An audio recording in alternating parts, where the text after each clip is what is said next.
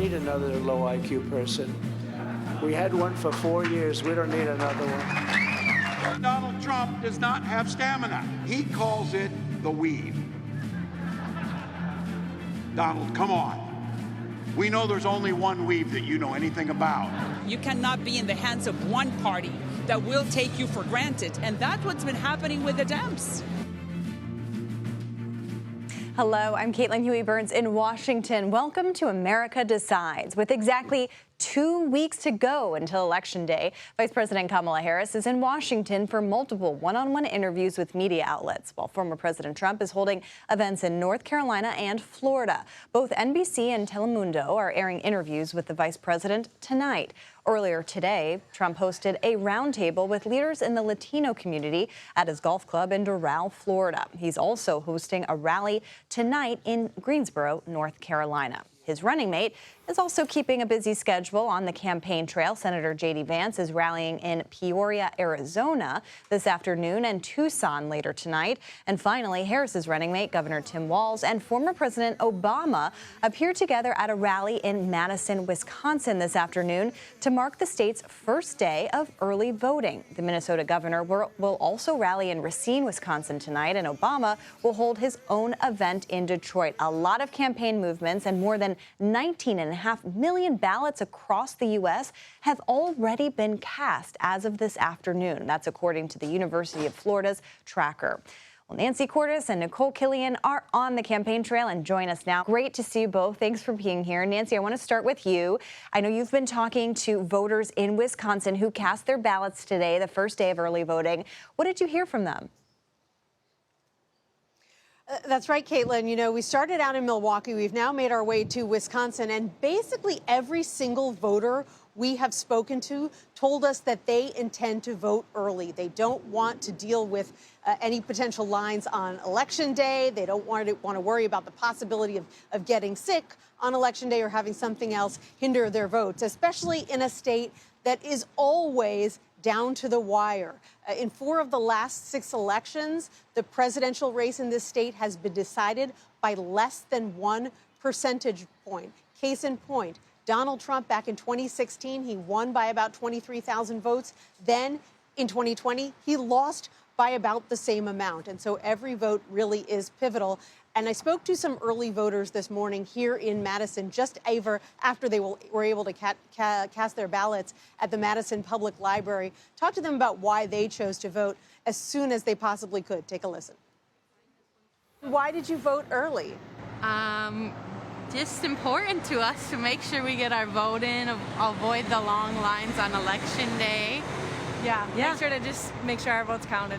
I'm just worried about the volume that's going to come in on Election Day. So having mine there, and I had time to do it today instead of on Election Day. I was worried about the lines being really long. I think we're older and we wanted to make sure we could. So. The Harris campaign has been pushing supporters in this state to go ahead and vote early, and Governor Tim Walz was here to make that case himself today, along with a pretty high-profile Democratic surrogate, former President Barack Obama, who actually told a crowd here in Madison, Caitlin, that he wouldn't be offended if they ended up leaving the rally while he was speaking, as long as they went to go vote. Yeah, it's interesting to hear voters saying they just kind of want to get this done and out of the way. I don't blame them after this long campaign. Nicole, you're in Florida, as we mentioned. Trump had a Latino roundtable today, but he also took some time to kind of criticize Harris for being off the campaign trail. Let's take a listen to what he had to say. I can't get over it. Who the hell takes off? We have 14 days left, and she'll take a couple of more days off, too. You know why? She's lazy as hell. All right, so we mentioned that Harris is not doing public events today, but she's recording interviews that are airing tonight. But I'm curious what the reaction has been to Trump's repeated attacks on her, but also, what he was trying to get out of this roundtable today. Well, certainly, you know, the former president, obviously, as the vice president is in Washington doing these interviews, the former president was here at his golf club in Florida, so you didn't have to travel too far to do this roundtable with Latino voters, although he is now en route to North Carolina for a rally there tonight. But look, the focus of this was really to try to close the gap with Latino voters. You know, for the most part, Vice President Kamala Harris appears to have the edge there, but things are, as you know very well, Caitlin, I mean, with this election, it's very tight among all the demographics. And so this really was an attempt. We have seen the former president do a number of these types of roundtables in various swing states, including most recently in Las Vegas. And, of course, Florida not being a swing state, still trying to get that message out to Latino voters. I had the opportunity to speak to a pair of lawmakers who represent various districts here in South Florida. And I asked them, how do they square Hispanic support for the former president with his anti-immigrant rhetoric? Take a listen. I think that he is a very picturesque person. He uses words that other people will not use, but that has not affected the policies that are good for the Hispanics. And that's one of the things that we in the news media need to understand. People are separating the personality from the policies. What's good for my pocket? What's good for my values? That's where we're going with Trump. You know who's also anti-illegal immigration? We are. Hispanics are anti-illegal immigration. And we also know one thing. In order for us to have a real serious discussion about immigration as a whole, you have to control the border. So both of these lawmakers making very clear that it really isn't about the former president's rhetoric. That doesn't concern them at all if he refers to immigrants as criminals or makes false claims about migrants eating pets. What's more important to them are the policies. And so they believe the former president's policies when he was president, whether it was remain in Mexico, building the wall, were effective. And they argue that this is a very important issue for many Hispanic voters, that they are equally concerned about some of the issues around the border. So for that, they feel that, you know, they can bypass and overlook the former president's rhetoric. And instead, they feel that that is one of the reasons why many Hispanics may support the former president, because they want to see him deliver on those policies, and not so much taking issue with the type of rhetoric that he uses. Yeah, it's really interesting because that's the sentiment we've been hearing a lot from voters across the battleground states as well. Nancy, we mentioned that Harris doesn't have these public events today, but she is doing these interviews. What more can you tell us about what message she's trying to send? Right. She headed back to Washington, D.C. after visiting 3 different battleground states yesterday to do a pair of interviews, one with NBC News, one with Telemundo, to air tomorrow.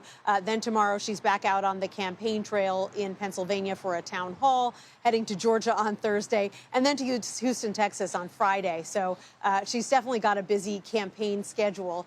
And she is looking to do as many unscripted events as she can. Yesterday, when she was with the former Republican Congresswoman Liz Cheney, it was an opportunity to sort of do a Q&A in 3 different suburbs outside major cities, outside Philadelphia, outside Detroit, outside Milwaukee, to show her comfort level in that setting, and also to show that she can find some common ground with a Republican who is supporting her in this election. And then she's going to be going the other way later in the week, heading to Houston, not because the Harris campaign necessarily believes that it can win in Texas, but because abortion has been such a big issue for this campaign. She constantly, when she's out on the campaign trail, talks about new restrictions on abortion in Texas in particular that she argues are putting women at risk. And so she's heading there to drive that point home. Sometimes the message matters a little more than the place. That'll be interesting to see. Nicole, I know that you're in Florida, but I want to talk about Arizona a little bit because Vance is campaigning there today for the 4th time since becoming Trump's running mate. I know Trump is heading to Arizona later this week as well. What's the strategy behind sending Vance in particular to this state?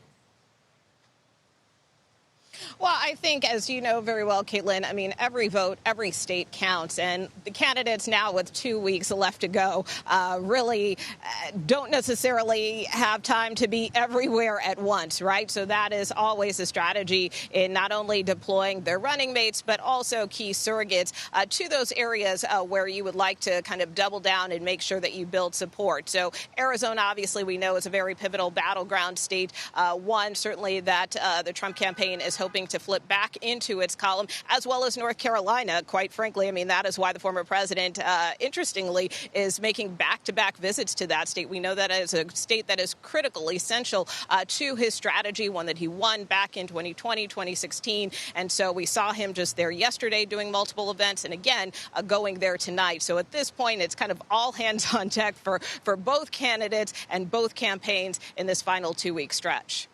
And for campaign correspondents like you, Nancy and Nicole, I know you've been everywhere all at once, and we're amazed at how you do it all. Thanks for joining us today. And only a handful of seats are standing between Democrats and the Speaker's gavel. The chair of the Democratic Congressional Campaign Committee, say that 3 times fast, Susan Del Bene, joins us next to discuss the races that could control the balance of power in the House. You're streaming America Decides.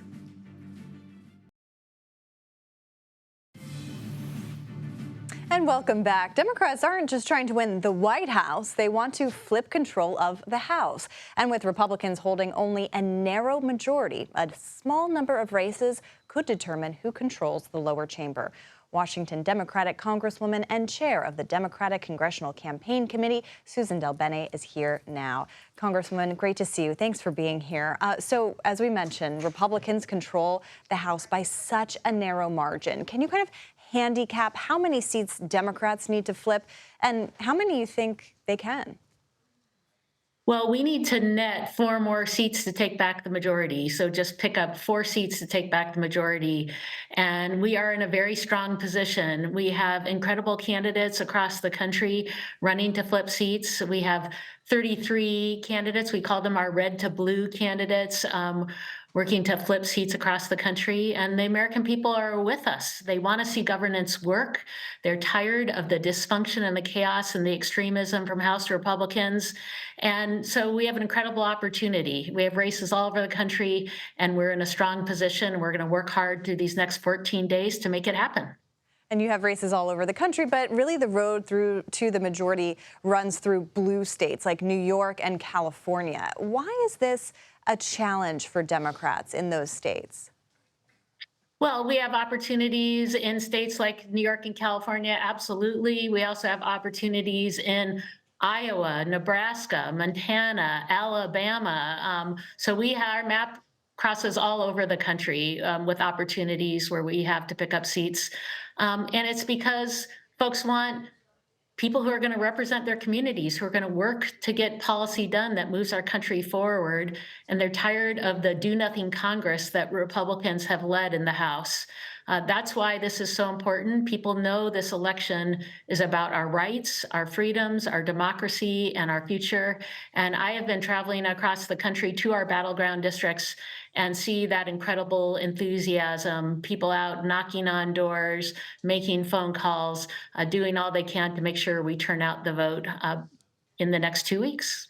And do you want your candidates to be campaigning with Kamala Harris? Well, we've had candidates campaigning with Kamala Harris. We have campaigns in districts that where the presidential hasn't been the focus, and so we have candidates running everywhere. And we know that Kamala Harris has brought incredible enthusiasm across the country, energy, and we see that in our volunteers all across the country, increased fundraising that we've seen across the country. But this is really about our candidates. We have incredible candidates who are independent thinkers, who are really talking about the issues that are very important to the districts that they're running in. That's what makes the difference, having our incredibly strong candidates, making sure they have the resources, and our candidates have been outraising their Republican opponents across the board. And so we are in a very strong position when we have the right people, we have the resources, and we have the energy on the ground. And do you think Democrats are better positioned with Harris atop the ticket than they were with Biden? We have incredible enthusiasm out there. Definitely Vice President Harris and Governor Walz has brought incredible energy. We have seen that. We had our strongest fundraising right after she was named the top of the ticket.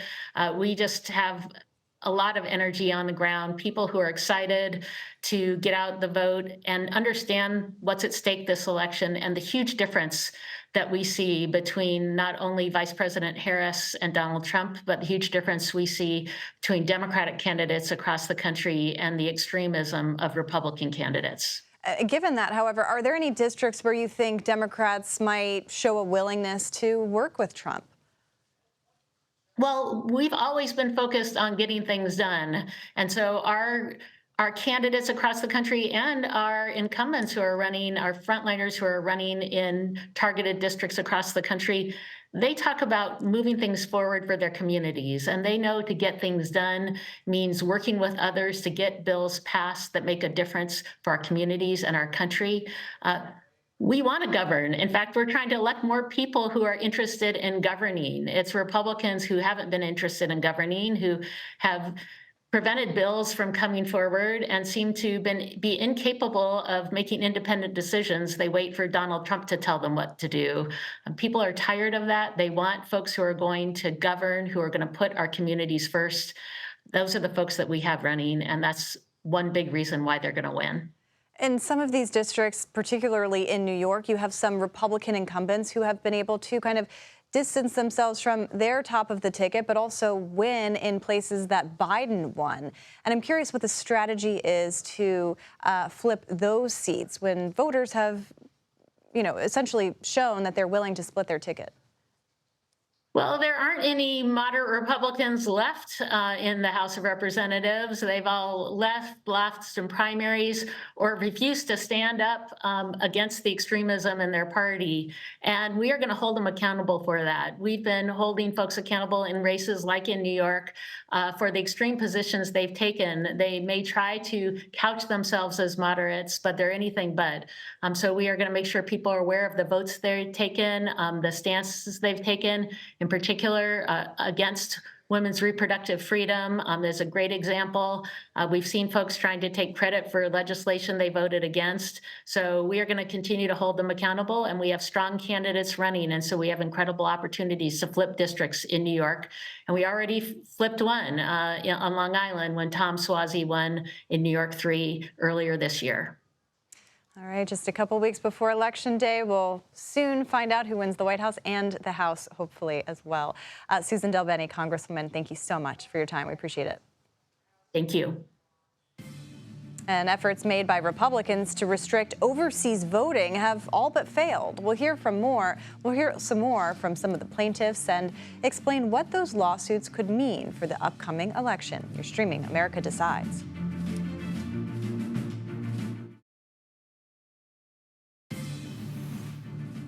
Judges in both Michigan and North Carolina dismissed lawsuits brought on by the Republican National Committee that would have increased restrictions for overseas ballots. Some Republicans argue that these restrictions were necessary to maintain the integrity of the presidential election. North Carolina Judge John W. Smith concluded that, quote, plaintiffs have failed to show that they will suffer irreparable harm if a temporary restraining order or emergency preliminary injunction is not issued. Scott McFarland joins us now to break down all of this. Okay, so what exactly was the judge saying here? What was the ruling? Well, this is quite a hornet's nest at the 11th hour, just before an election, for there to be challenges in 3 battleground states. You have the North Carolina one, Michigan, and Pennsylvania. In North Carolina, the argument the judge is making is that this is the 11th hour.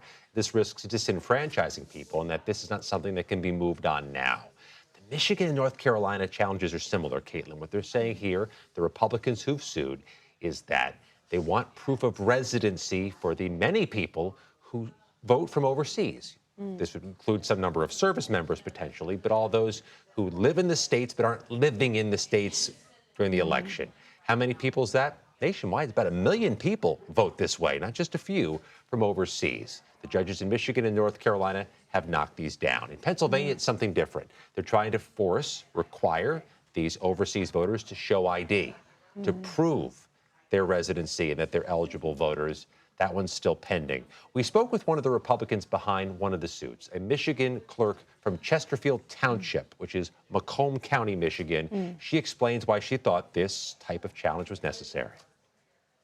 We have been tasked with maintaining the public trust, and that's very, very important for the sustainability of the republic, and I believe that. And our residents believe that as well. Our voters want to make sure that we are doing everything possible to make sure that their votes are protected. The most volatile issue here is that there's a concern this would disenfranchise service members who are overseas and don't have readily access to their property records or their IDs. For now, these challenges are squelched in Michigan and North Carolina. And important to note that we don't know how these voters would vote. This could potentially disenfranchise voters of both parties. So we talked about those two battleground states where these lawsuits were happening. Are there any others kind of on the docket right now? Will there be more? It's always a possibility. Some of the critics of these legal challenges say the point isn't likely to win the lawsuit. It's to sow doubt and give yourself footholds for post-election challenges if you are concerned that the election didn't go your way. There's no evidence of fraud through overseas voting, according to David Becker, our CBS News elections analyst, who we spoke with a short while ago. Take a listen to David. And we have almost 40 years of data on this. To my knowledge, I don't know that we have a single case of even alleged fraud coming out of the military and overseas voting program. No misuse at all. If anything, it still requires members of the military and overseas voters to meet certain deadlines. It still is harder for someone who is serving on a nuclear submarine or serving at an army base in Afghanistan or elsewhere to get a ballot and return it, and there's just no way around that. But this tries to make it as easy as possible so that they will get their ballot in on time. So yes, there could be more legal challenges. It's highly unlikely any succeeds, but we heard from a lot of service organizations, those who represent service member families, saying we are worried that these challenges will disenfranchise or convince some people just not to vote. It's the worst outcome for everybody involved to not have voters vote, especially when you don't know the political complexion of those votes. So we're going to keep an eye on the Pennsylvania suit and see when it's disposed of too. Right. I mean, could the results be any different there? It's a different challenge, different plaintiffs. In this case, in Pennsylvania, it's a group of U.S. House Republicans filing the suit, and they're asking for ID for overseas voters, which under the 1986 federal law allowing overseas voting is not a necessary requirement.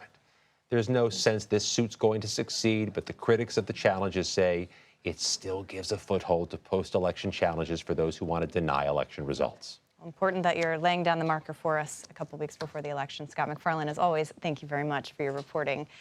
And according to recent polling, Vice President Harris is likely to lose Texas in 2 weeks, but she's still planning to spend one of those precious final campaign days in that state. We'll dig into that next with our political panel. You're streaming America Decides.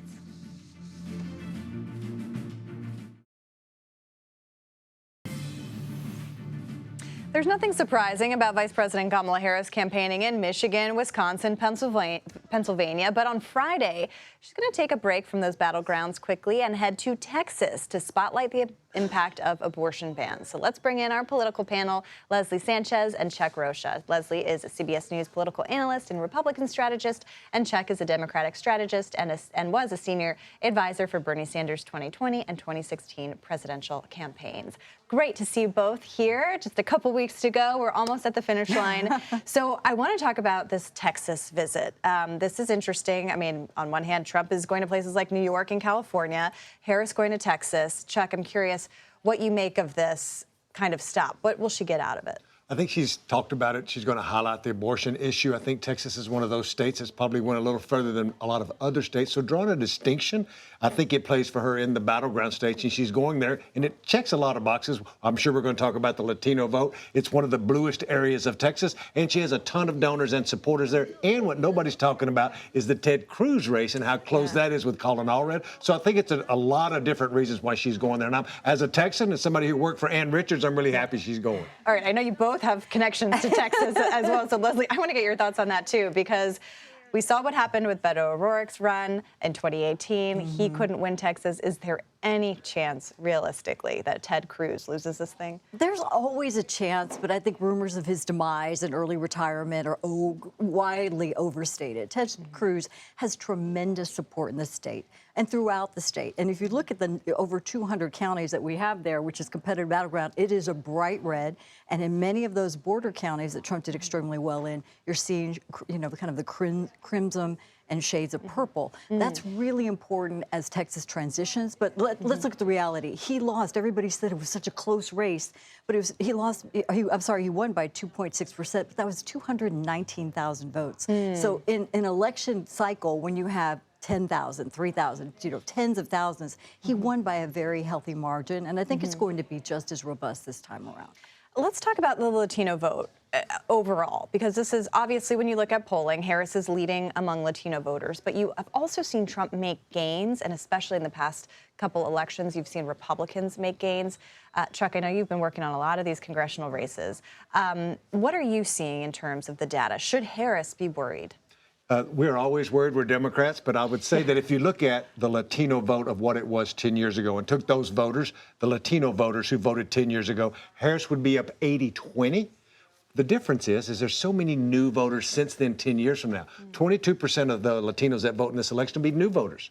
40% will be new voters since 2016. You have an entire electorate that's coming of age, that's younger. The average age is 27. They're just not the same voters as their mothers and their grandmothers were, who were very staunch Democrats, who were Spanish forward, that were more foreign born. It's a whole different electorate, and you have to work really, really hard now because it's a persuadable voter that's leaning one way one day and another day another day. So it's a much different dynamic than it was 10 years ago. I think this is an area we're going to agree on because the dynamic shift that's happening in Latino, they're not really always identified. You have a lot of people that are unidentified. They're not going to say they're a strong Democrat. They tend to vote in presidential elections. They tend to be second and third generation, and now they are voting on economic issues. They're homeowners. They have small businesses. They're really impacted by the rising cost of goods and services, and trying to maintain things for very large, interconnected families. And so I think that economic message we have been pressing, I know on the Republican side, to stick to that message, because that's the disaffected voter.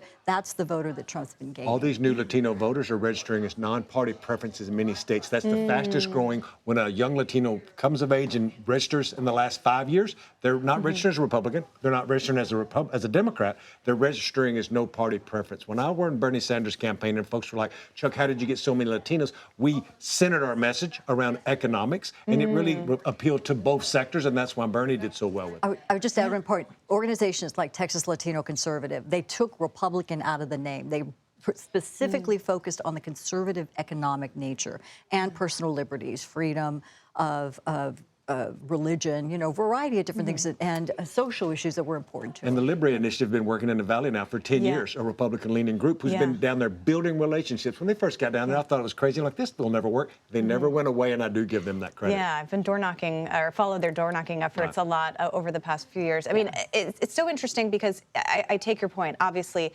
economics hover over all of this. I'm curious how the immigration issue plays, because I was in Arizona talking to immigrants who say that they identify with Trump's message, and I'm curious kind of how you both see it, this harsh anti-immigration rhetoric.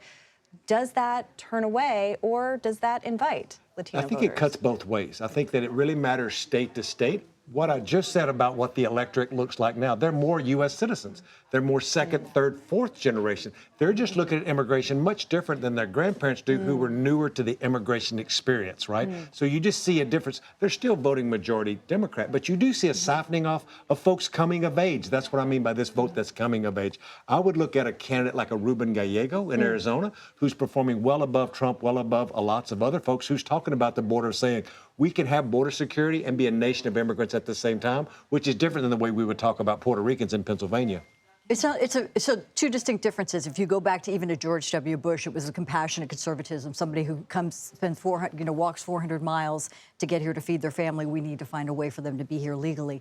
The country and nation has shifted because of the porous border, because it's no longer just a U.S.-Mexico border. It's communities all across the Midwest. It's across the country that the migrant population and open border has hurt those economies. That's why the distinction is different. So I agree completely, second, third, fourth generation. And the thing that's different and what we would agree on is they see themselves as Americans. They're not looking at it through an identity, an ethnic identity lens. They're looking at it as somebody concerned about the community. Right, and as you both remind us often, rightfully so, it's not a monolithic group.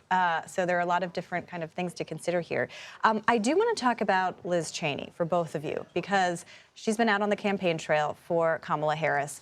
It is very striking to me, the idea of Liz Cheney providing kind of some of the closing arguments for Kamala Harris. Chuck, I'm wondering, how effective is that really for Democrats? I'll give you two numbers that makes the case. In Wisconsin, just Wisconsin, a state that was very close, Nikki Haley got 76,000 votes against Donald Trump in that state, while Joe Biden won that state by less than 10,000 votes. It was so close. So that is one example. There's 76,000 Republicans who voted for somebody else. Now, will they all not vote for Donald Trump? I don't think that's the case. But if you want somebody out there to make the case to folks, unlike a lot of these younger Latinos that are very sporadic voters, these white, conservative, moderate voters, they vote like it's their job, and that's a vote you can count on. She's just trying to persuade them her way. And Trump is saying, hey, you guys can have the Cheneys. This is not the Cheney Republican Party anymore. This is the Trump Republican Party. Does he actually need those voters? Trump needs every voter, right? To win this campaign, you're going to need anyone. He needs Nikki Haley voters. I think that's the part that we're talking about. And she has come on board and said she is supporting Mr. Trump. So that is the signal that she wants. And if you talk to a lot of those women leaders down there who've been wringing their hands and really frustrated, they don't want the antics that they saw in the last administration. They want strong, solid leadership. They're feeling more comfortable. I feel they're falling in line, and they will support Trump fundamentally. In larger numbers. Will some peel off? Sure.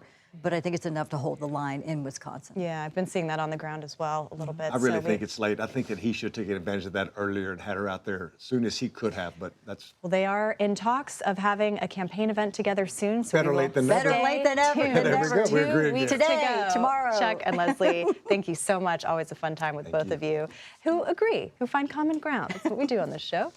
The FBI says that it's investigating an alleged leak of classified U.S. documents disclosing information on Israel's preparation for a retaliatory attack on Iran. The news comes during Secretary of State Antony Blinken's visit to Israel in an effort to revive ceasefire talks between Israel and Hamas. CBS's Ramiro Inocencio has the latest on the violence in the Middle East from Tel Aviv. Caitlin, hi there. This is Secretary of State Antony Blinken's 11th visit here to Israel in the past 12 months, ever since the Hamas terror attacks of October 7th. And looking behind me, this is someplace that we have been before, physically and metaphorically. This, again, is a rally by the families and friends and supporters of hostages still held in Gaza over the past year. Their supporters trying to apply any kind of pressure on Washington to try to bring their loved ones home. Speaking with some of the people here, there's a mix of feelings of desperation by some that not enough has been done. There's cynicism that not enough will be done, but there is still hope that remains among these people because, frankly, that is all that many of them feel that they have in the absence of any kind of action from Israel or from Washington. Now, Antony Blinken spoke with Israeli Prime Minister Benjamin Netanyahu earlier today, reportedly for about 2.5 hours, ostensibly about some potential kind of ceasefire, a ceasefire that has been elusive over the past year, but that will hopefully bring the hostages home. Those hostages are believed to be about 100 alive and dead. But arguably, Prime Minister Benjamin Netanyahu now has the upper hand. Israel fairly successfully has defended itself from attacks on October 1st from Iran. And since then, Israel has killed both the leader of Hezbollah and the leader of Hamas. But a ceasefire, again, has been elusive, and it continues to be elusive.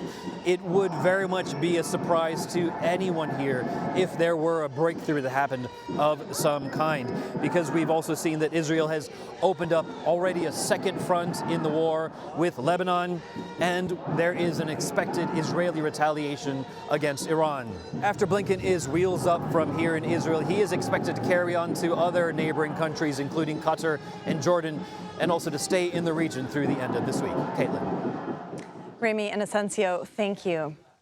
We still don't know how long it will take to count the ballots in 2 weeks' time. Pennsylvania's former Secretary of State joins us next to help answer our questions on what we can expect on Election Day and the days that follow. We're streaming America Decides.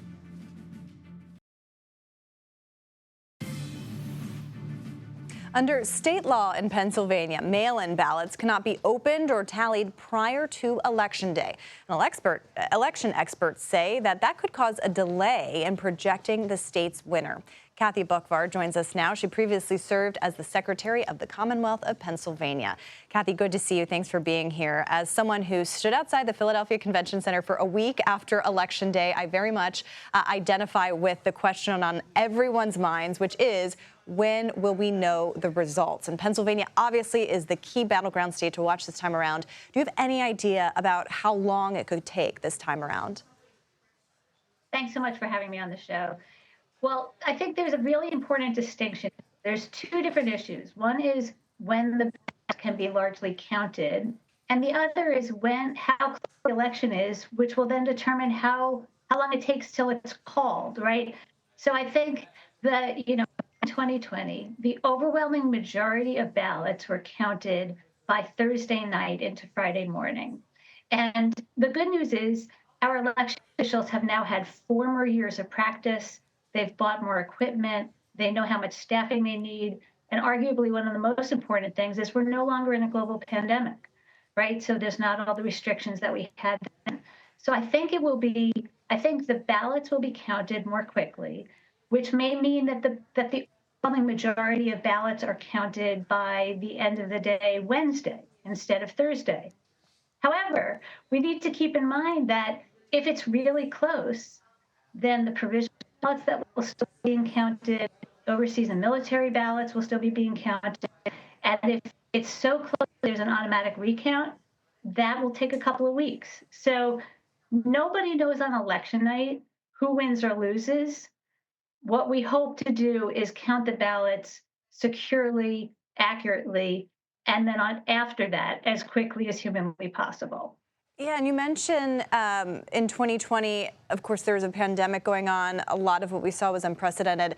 How does, now compare to then? I mean, obviously, it seems like there were potentially more mail-in ballots then because of COVID. But how would you make the comparisons?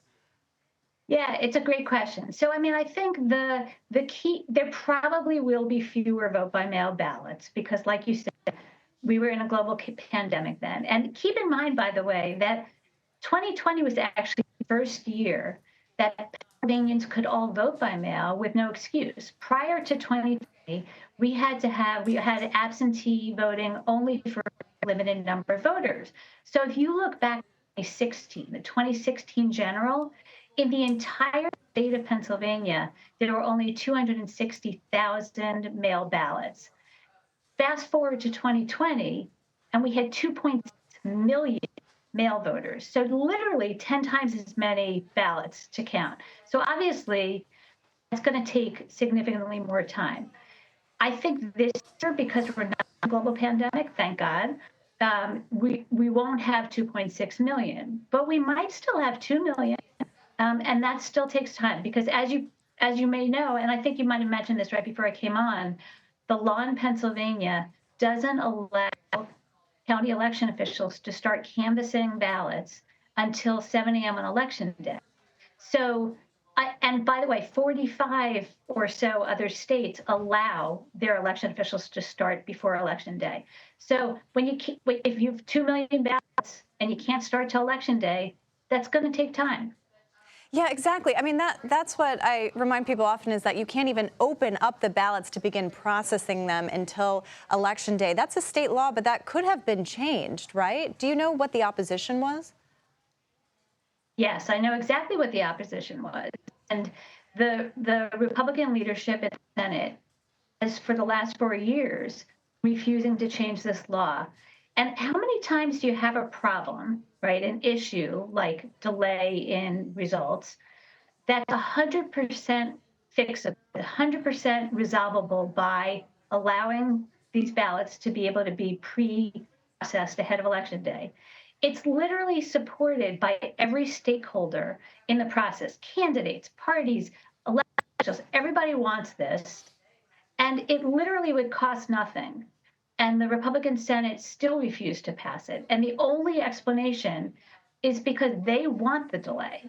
They want the delay because they take that time to infuse doubt and suspicion, conspiracy theories, which is what happened in 2020. We're already seeing it now. And this could be resolved by this simple law to allow this pre-processing ahead of Election Day. All right, well, as I mentioned, we will be watching Pennsylvania so closely for so many reasons. Kathleen Bookvar, thank you so much for your time. We appreciate it. Great to be here. Thank you. And several former Republican lawmakers are urging the Justice Department to investigate Elon Musk for potentially breaking federal voting laws. The tech billionaire unveiled a new lottery that gives cash prizes to voters in swing states. It all started on Saturday when Musk declared that he would award $1 million each day to a voter until Election Day. And to qualify, the winner must sign a petition for his pro-Trump Political Action Committee. Democrats currently maintain control of the Senate by a very slim margin. Ahead, we'll discuss the two states that could potentially flip in the Senate Republicans' favor on Election Day. You're streaming America Decides.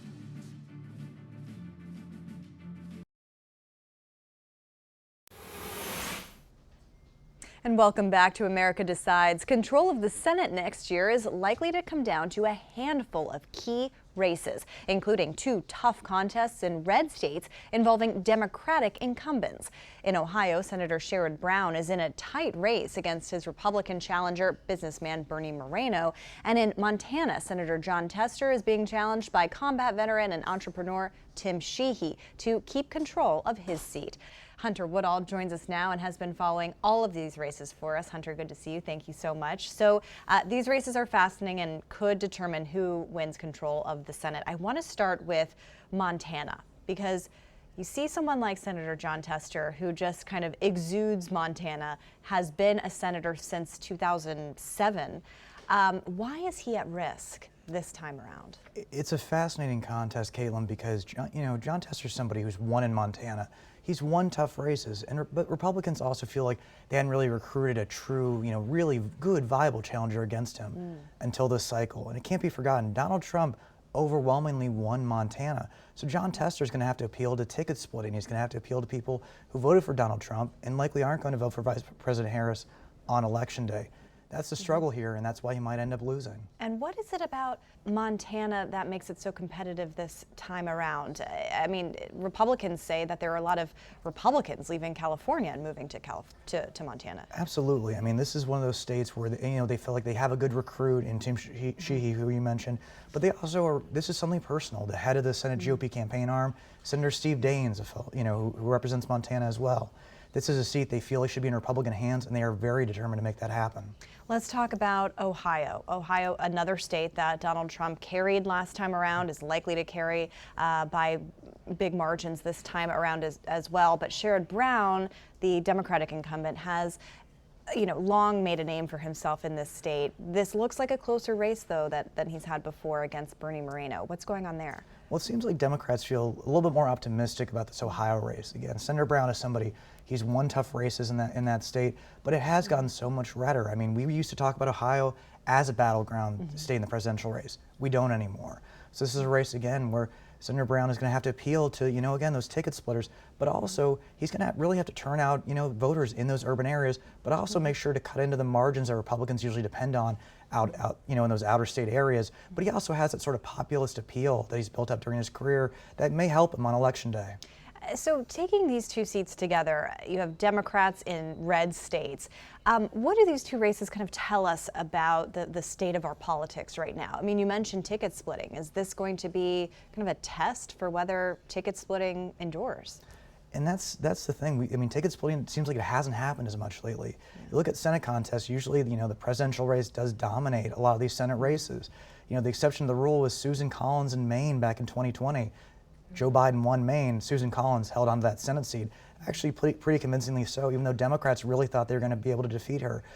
But again, that's the exception to the rule. So, you know, Senator Brown, Senator Tester, they're probably going to hope they end up like Susan Collins rather than, you know, many of the others who've been defeated in these past cycles. Yeah, real test for whether your kind of brand outweighs national politics. That'll be really interesting to watch in these two states. I know you'll be following it for us all. Thank you so much, Hunter. And that does it for us today. We'll be back with another edition of America Decides tomorrow at 5 p.m. Eastern. The Daily Report starts right now.